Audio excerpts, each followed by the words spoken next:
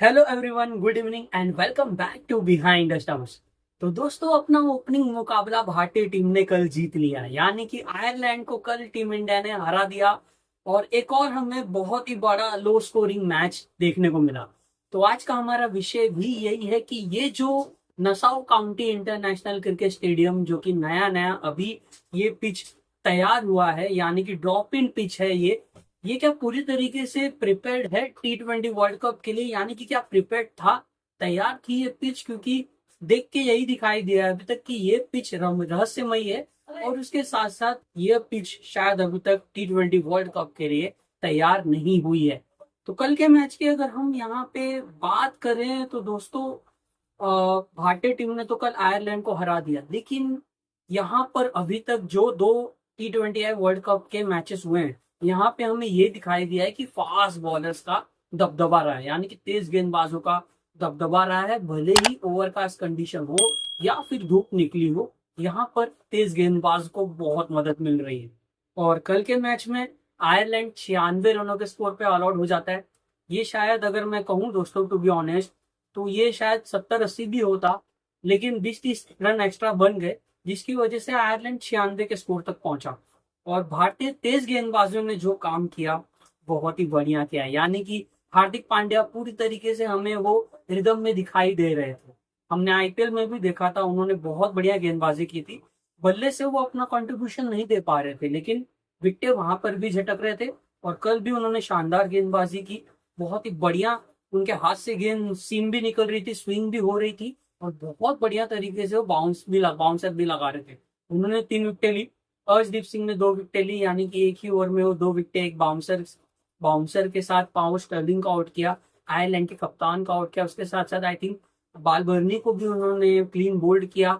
जसप्रीत बुमराह ने भी 2 विकेटें ली, और उसके साथ साथ मोहम्मद सिराज और अक्षर पटेल के खाते में भी एक एक विकेट। यानी कि कुल मिला के 8 विकेटें तो भारतीय तेज गेंदबाजों ने ही झटके। और जब भारतीय टीम की बैटिंग आई तो हमें दिखाई दिया कि आयरलैंड के तेज गेंदबाज भी अच्छी गेंदबाजी कर रहे थे। बहुत ही दिक्कत हुई, रोहित शर्मा के एक शोल्डर पे जाके गेंद लगी, जिसकी वजह से वो रिटायर्ड हर्ट हुए और अर्धशतक बना के वो गए। बहुत बढ़िया उन्होंने बल्लेबाजी की, एक ऐसी सरफेस पे, एक ऐसी पिच पे जहां पे पूरी तरीके से फास्ट बॉलर्स के लिए बहुत कुछ था, और वैसे कंडीशन में जहां पे बल्लेबाजी करना मुश्किल था। एक ओवरकास्ट कंडीशन, उसके साथ साथ गेंद स्विंग भी हो रही थी, और अनइवन बाउंस, यानी कि कभी गेंद इतनी उछाल मिल रही थी उस गेंद को कि बताना मुश्किल है। और उसके साथ साथ वहां पे अगर आप देखोगे तो ये पिच पे बैटिंग करना बहुत ही मुश्किल है, क्योंकि इंजरी के भी चांसेस यहाँ पे बहुत ज्यादा दिखाई दे रहे हैं। और अच्छी गेंदबाजी की आयरलैंड के गेंदबाजों ने। भारतीय टीम के यहाँ पे मैं कहूँ तो रोहित शर्मा बढ़िया बल्लेबाजी करते हैं, वो अर्धशतक लगाते हैं। 37 गेंदों में 52 रन, 4 चौके, 3 छक्के, 2 छक्के, जो आपने देखा होगा।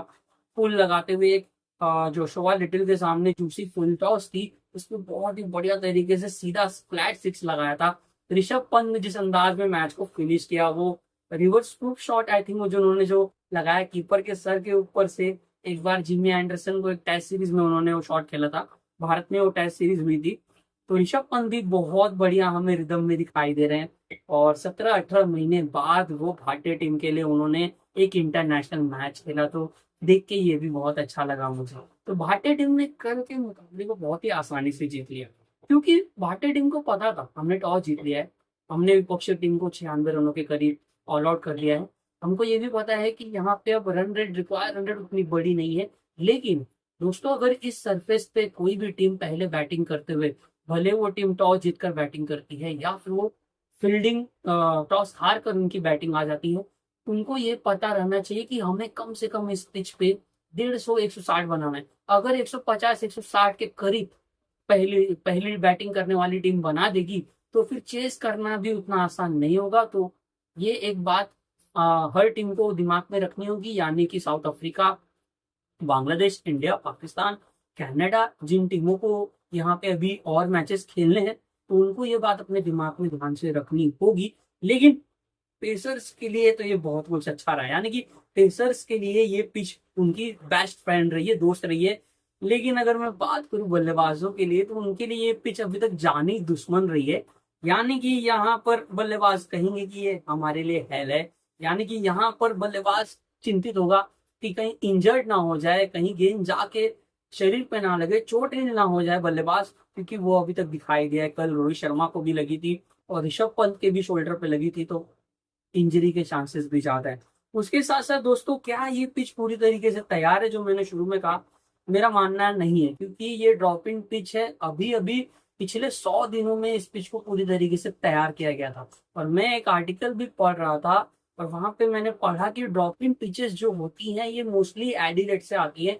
वहां पे एडिलेट में एक कंपनी है जो ये सारे कॉन्ट्रैक्ट्स देती है, वो ड्रॉपिंग पिचेस बनाती है, और उनका ये मानना है कि कम से कम 6 महीना या फिर साल, 1 साल तो दिया जाता है पिच को पूरी तरीके से। यानी कि 1 साल तक ड्रॉपिंग पिचेस को थोड़ा समय दिया जाता है, ताकि वो पूरी तरीके से रिकवर हो, पूरी तरीके से तैयार हो जाए, जो यहाँ पर अभी तक ये नहीं हुआ था। एक मुझे यहाँ पे थोड़ी सी गलती दिखाई दे रही है आईसीसी की ओर से, कि शायद क्या यहाँ पे ये निर्णय जो लिया, क्या पहले थोड़ा और पहले नहीं इस पिच को तैयार करने की परमिशन देनी चाहिए थी, कुछ वैसी प्लानिंग करनी चाहिए थी। क्योंकि ये तो पता चल गया था कि यूएसए और वेस्ट इंडीज में ही T20 वर्ल्ड कप 2024 होना है।